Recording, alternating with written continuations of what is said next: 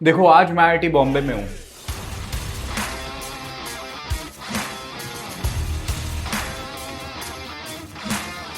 But that doesn't mean कि मैंने अपनी प्रिपरेशन में गलतियां नहीं की थी। बस मैं स्मार्ट था कि अपनी गलतियों को आइडेंटिफाई बहुत जल्दी करता था और उसको रेक्टिफाई कर देता था। और अगर तुम्हारे अंदर ये एबिलिटी है तो तुमको लिटरली लाइफ में कोई नहीं रोक सकता है। तो आज की वीडियो में तुम सबको एक अपनी मिस्टेक बताना चाहता हूं जो मैं लिटरली हर बार करता था क्लास 11th में, जिसके कारण मेरा जेई आज नहीं होता। बट क्योंकि मैंने उसको सही टाइम पे रेक्टिफाई किया, इसी कारण आज मैं जो हूं वो हूं। And that one thing was mock test में कम मार्क्स लाना। समझ रहे हो? मॉक टेस्ट में कम मार्क्स लाना बहुत बड़ी गलती नहीं है, हम सबके साथ होता है, इवन बहुत सारे टॉपर्स के साथ भी होता है। मेरे भी एक टाइम पे 300 में से 48 मार्क्स आते थे जेईई मेंस के पार्ट टेस्ट में। बट गलती तब हो जाती थी जब मैं रैंक लिस्ट में अपना नंबर नीचे देख के रोता था और मेरा दिमाग खराब होता था कि इस पेपर में ऐसा क्या है जो मुझे नहीं आता है। जब मुझे नेक्स्ट सिलेबस को पढ़ने का मन नहीं करता था, मैं ऑल्टरनेटिव कॉलेज ढूंढता रहता था कि मैं बिना जेईई के कौन से कॉलेज कर सकता हूँ। और मुझे ऐसा लगने लग गया था कि शायद जो टॉपर्स हैं वो सुपर ह्यूमन होते होंगे और मैं शायद जेईई के लिए बना ही नहीं हूं। और तुमको पता है, ये सारी चीजें सोचते वक्त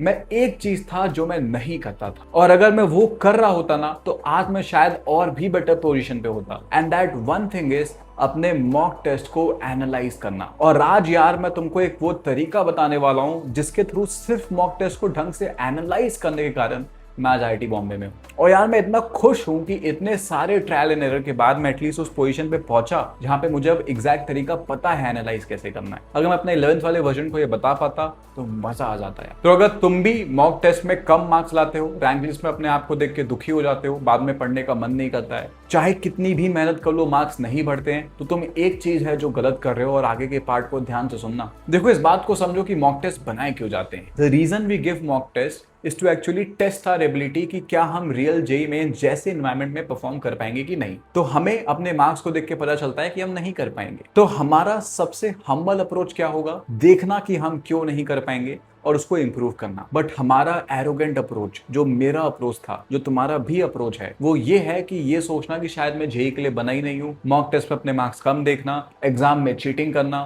टॉपर्स को क्रिटिसाइज करना, कमेंट सेक्शन में दूसरों को गाली देना, यही हम सब करते रह जाते हैं। तो मैंने अपनी आदत में से एक बदलाव किया कि जब भी कोई मॉक टेस्ट होता था, मैं उसके बाद उसकी मार्क्स को सीरियसली नहीं लेता था। मेरा काम मॉक टेस्ट के पहले और मॉक टेस्ट के रिजल्ट के बाद था। I don't care mock test के रिजल्ट के आसपास होता क्या है। दिस मीन्स जैसे ही मॉक टेस्ट का रिजल्ट आता था, मैं आंसर की से टिक करता था क्या सही है क्या गलत है, और 2 घंटे के लिए आइसोलेशन में रूम में जाके बैठ जाता था कि ये मेरा क्वेश्चन पेपर, ये मेरी सॉल्यूशन की, और अब मैं बैठ के देखूंगा हर क्वेश्चन में मैंने क्या गलत किया है। मैं पढ़ूंगा क्वेश्चन नंबर 1, मैं विजुअलाइज करूंगा कि मैंने एग्जाम में क्या किया था। क्या मैंने यूनिट गलत पढ़ा? क्या मुझे फॉर्मूला ही याद नहीं आ रहा था? क्या मुझे देखते ही क्वेश्चन को लगा कि अच्छा शायद ये मेरे से नहीं होगा?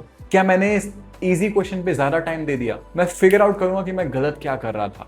उसी तरीके से मैं क्वेश्चन नंबर 2 को देखूंगा, मैं 3 को देखूंगा, और एक एक क्वेश्चन की गलती उसी क्वेश्चन के पास में लिखता रहूंगा, और हर क्वेश्चन के सॉल्यूशन को इतने अच्छे से समझूंगा कि अगर यही फाइनल क्वेश्चन मेरे फाइनल एग्जाम में आ जाए तो गलत नहीं होना चाहिए। और ये सब कुछ करते वक्त मुझे जो भी अच्छा क्वेश्चन अपने क्वेश्चन पेपर में दिखता था, मैं हर अच्छे क्वेश्चन को अपने नोट्स में लिख लेता था। That's it, pretty simple. I am a question stealer. If I love you I will pack you. फिर चाहे वो मुझसे क्वेश्चन गलत हुआ हो, सही हुआ हो, अगर मुझे लग रहा है कि यार ये तो बढ़िया क्वेश्चन है, मेरे नोट्स में होना चाहिए, मैं उसको नोट्स में लिख लूंगा। हाँ, मैंने एरर नोटबुक नहीं बनाई थी और तुमको भी बनाने की जरूरत नहीं है, क्योंकि लोग एरर नोटबुक एक तो मेंटेन नहीं करते हैं और दूसरा उसको कभी खोलते नहीं है। तो इसलिए बेटर है कि अपने नोट्स में ही 10 पेज खाली छोड़ दो किसी भी चैप्टर को खत्म करने के बाद, और जब भी मॉक टेस्ट में कोई क्वेश्चन गलत होता है या फिर कोई क्वेश्चन अच्छा लगता है तो उसको अपने नोटबुक में लिख लो, ताकि जब तुम नोटबुक को रिवाइज करो तो एट ऑल तुम्हारी सारी मिस्टेक्स भी तुम रिवाइज कर पाओ। और ये पूरी चीज करने में मुझे कभी कभी ज्यादा टाइम लग जाता था एज कम्पेयर टू जितने टाइम में मैं मॉक टेस्ट देता था। यानी मॉक टेस्ट को एनालाइज करने में मुझे कभी कभी 3 घंटे से ज्यादा टाइम लगता था, विच वॉज ओके, क्योंकि हफ्तों तक रिग्रेट करना और इस रिग्रेट में सोना कि मेरे मार्क्स बढ़ क्यों नहीं रहे हैं, इससे अच्छा मैं आज 3 घंटे बैठ के एक्स्ट्रा मेहनत कर लूं, डीप वर्क करके फोकस करके पेपर को एनालाइज कर लूं और फिगर आउट करूं कि मेरी मिस्टेक्स हो कहां रही है, ताकि जब मैं नेक्स्ट वीक का सिलेबस पढ़ूं तो मुझे पता हो कि मैं क्या गलत कर रहा हूं। मैं फॉर्मुलाज भूल रहा हूं, मुझे थ्योरी याद नहीं रह रही है, मैं ज्यादा क्वेश्चन प्रैक्टिस नहीं कर रहा हूं, मैं फिगर आउट करूंगा कि मैं गलत कर क्या रहा हूं और नेक्स्ट वीक के सिलेबस में वही चीजें और बेटर करूं। एंड यार that's it. So this is me being real about my mistakes. So ये एक मिस्टेक है जो मैं करता था, आई एम श्योर तुम में से बहुत लोग करते थे, तो मेरा फर्स्ट था तुमको ये बताना। अगर तुम एक्चुअली चाहते हो कि ऐसी मिस्टेक वाली सीरीज में कंटिन्यू करूं, तुम कमेंट में बता सकते हो।